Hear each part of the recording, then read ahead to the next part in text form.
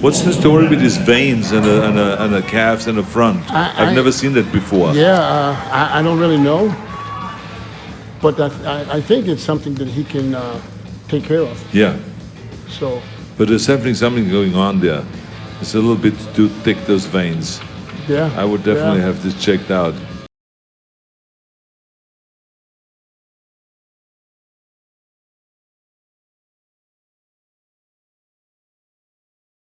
What's up guys, Derek, moreplates.com. Today we're going to be talking about Nick Walker's infamous calf slash shin slash lower body veins and Arnold Schwarzenegger's comments on them and basically what is the etiology of them. So here we have Arnold comments on Nick Walker's veins and Nick explains.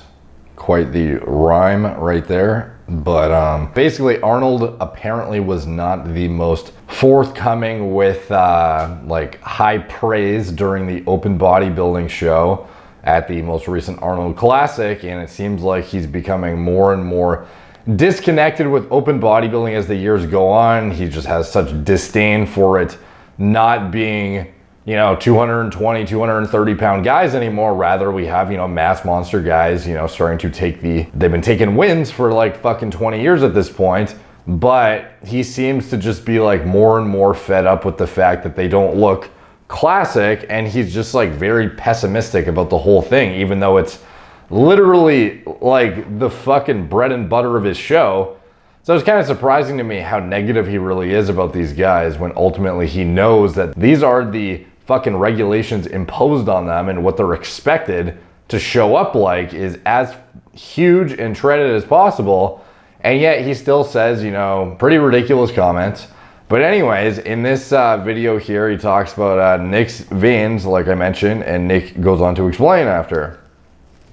What's the story with his veins and a calves in the front? I've never seen that before. Yeah, I don't really know, but I think it's something that he can take care of. Yeah. So. But there's something going on there. It's a little bit too thick, those veins. Yeah. I would definitely have this checked out. Probably have them removed if possible. You could, yeah. So, you know, before Nick explains, what do I think in general? Well, honestly, I didn't tune into the full show, but I've seen, you know, Nick's progress over the years. It's fucking incredible. And I've seen some of the other mentions of Arnold's commentary, and it's just very, I don't know, it seems like he's just looking for things that are wrong more than, you know, things that are going well in the top guys at his shows, at least in the open bodybuilding circuit. Like here, there was a video about Ian's calves, and apparently this was like a big sticking point for Arnold. Doesn't flex his calves well enough in this shot. I wouldn't do a tricep shot if your tricep is not that great. You know, there was a mistake, I think, there. See the size of the calves there with the size of the arms? There's no comparison. It's like two different kind of sizes. So Arnold, back in the day, the ideal was to have the same measurement of calf as bicep?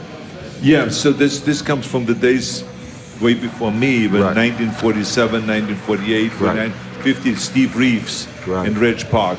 They were refused to train and make their arms bigger unless the calves also got bigger. So they always insisted on having neck, calves, and bicep size the same. It was in those days, it was kind of like big time when you had like 18, 19 inch arms. So their neck would be 19, their calves would be 19, their bicep would be 19. Okay, so, you know, did Arnold have matching calves and neck to his fucking arms? I would doubt it. I have no idea though, to be honest, but I would highly doubt it. But anyways, as far as the veins, the, you know, kind of history of their development and whatnot, you can actually see as far back as, you know, his much younger years in his early 20s, when I think he was in his early 20s here, like almost a teenager at this point. And you can already see some of the development of the varicose veins here. Now, they're not as bad as they are now. Like, obviously, some of these shots, you can see some pretty blatant, these are pretty fucking hectic, dude. But again, he's stage ready here, and he's holding how much more tissue above and beyond what he is holding here. Like, fucking significant amounts, to the point where you have to keep in mind, as you gain more muscle, veins and vascularity in general is just going to be pushed even further to the surface. And walking around with this much weight on your body is also going to be stressful on your circulatory system and whatnot. And if you have a genetic propensity to venous insufficiency, for example, this can be problematic and lead to varicose veins. Now that would be like, you know, like worst case scenario, and that could be something that could inhibit his ability to pump blood to the heart and have, you know, pooling and whatnot. But, you know, from what I've seen, it's not like his legs have any significant, other than the, you know, ridiculous vascularity and the varicose veins that are bulging out.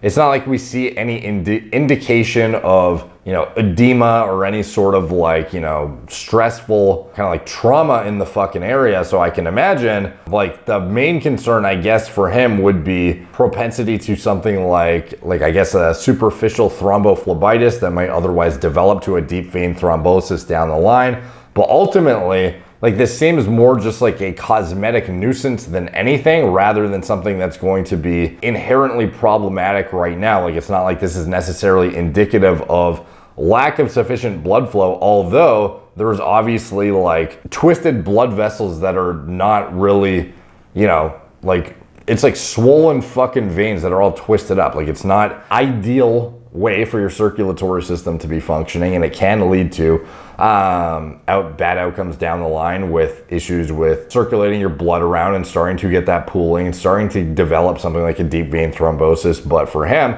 I imagine he's on top of his shit and he's getting stuff done to assess his legs on a continuous basis. He's probably getting above and beyond basic blood work, checking them to see if there's any development of things like a superficial phlebitis, to see if there's any development of any sort of clotting developing that could otherwise become problematic and actually manifest in a real like clinical fucking issue.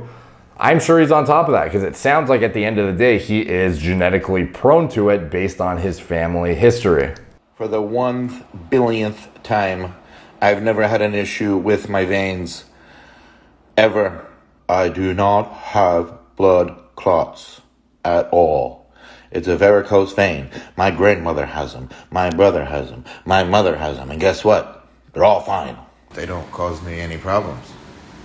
And I don't feel them. The legs in my veins do not bother me whatsoever. I actually think they look pretty badass. And there's nothing wrong with them at all. Just to clarify that up. Okay, so like obviously it's not ideal. Like I wouldn't say there's nothing wrong necessarily. It's obviously something to look out for. But ultimately, is this the first thing people think is this guy's pushing the envelope so aggressively and gaining size so quickly that he must be using way more drugs, and it's leading to some sort of outcome that's developing these veins. Because ultimately he went from here with like reasonable looking normal veins, this on the left, to this on the right. You know, it makes you wonder, like, this guy is so dramatically exceeding the competition in such an expedited time frame, and he happens to be the only one with this, you know, like, problem. Is it something he's doing? Well, to be honest, I think ultimately this boils down to genetic predisposition again, coupled with the fact that this guy, like, obviously this is, you know, some level of stress from absolute, like, sheer weight as well is going to put stress on your blood vessels.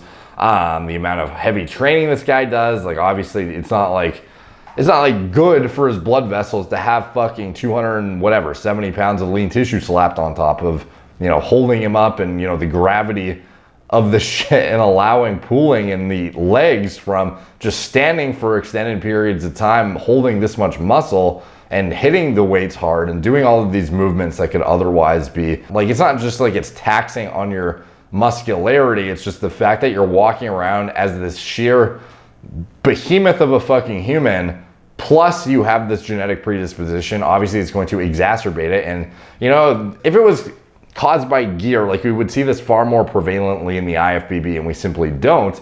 And even in individuals with like chronically high blood pressure, can that lead to, you know, varicose vein development down the line and like destruction of blood vessels and fucked up circulation issues? Yeah, of course. However, we don't see the manifestation of this a lot of times in like crazy varicose veins like this, even in individuals who drop dead like super young. very unfortunate scenarios with individuals with undiagnosed high blood pressure. It's one of the silent killers in bodybuilding and very, very easily attenuated, to be honest.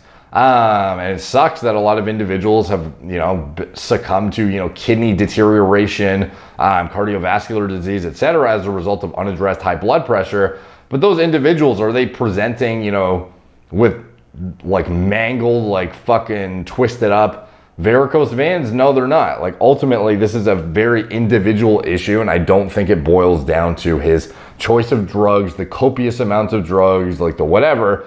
Like, sure, there's definitely that shit in play, but I mean, like, it's not, I don't think he's doing anything that's significantly different than some of his competitors that otherwise do not show up on stage with these crazy looking veins, like it's very, very unique to him, and they're, obviously pretty fucking sketch, like I can see why people would be concerned and be asking, but ultimately I do think this is an individual like issue, and I think a lot of it is more cosmetic until the physical like manifestation of some sort of like blood circulation issue actually presents itself down the line, which I don't know if that will ever happen, because a lot of times people with varicose veins, they just, maybe it's a bit uncomfortable at times, it can be like warm, itchy, like sore, like whatever, but ultimately they lead like normal lives, and it very like doesn't frequently lead to like a deep vein thrombosis. So like for him, ultimately this is just something he's going to monitor, and I'm sure he is on like a fairly consistent basis,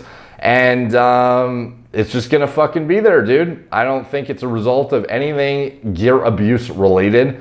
Certainly, probably exacerbates the, viscosity of his blood, how much pressure potentially is on everything as well. But I'm sure he has, blood pressure modulation tactics in place. But ultimately, like at the end of the day, it boils down to the genetics. And I don't think this is a result of, him using 10 times more shit than the next guy in the same, caliber of competition. So anyways, let me know what you guys think in the comments down below. Obviously, the development has, been quite staggering in a very expedited time frame. And, it's certainly possible that maybe that isn't the case. And maybe this is a result of something that's, totally, I don't know. Like, to me, I don't think that's the case. But if you have, a differing opinion, or you've seen this prevalently among IFBB bodybuilders, let me know in the comments down below. All the comments help the algorithm. They're much appreciated. Like, subscribe.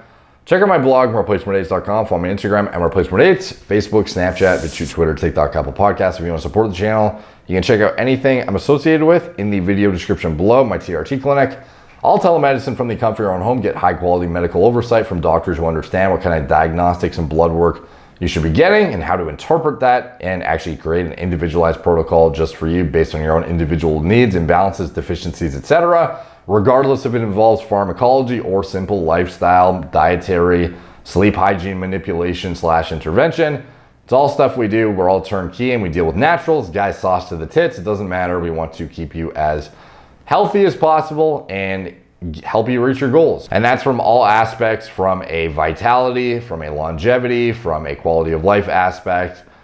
We do it all. We're turnkey, and that's what separates us from other clinics in this industry. We're not just trying to make a cookie cutter script of TRT, HCG, and Astrazole. We actually want to work with clients who are interested in preventative medicine, being proactive about their health and optimization, not just individuals who are seeking a testosterone mill. So check us out if you want a high quality doctor in your camp, as well as Gorilla Mind, nootropic formulas, Gorilla Mode, pre-workout formulas, a design from scratch, and a recommended diet model for gaining muscle and sports performance, whilst being mindful of micronutrient density, gut health, etc., and anything else I'm associated with, the clothing company that sponsors me, anything else, it's all down in the video description below. Thank you guys for watching. Talk to you soon.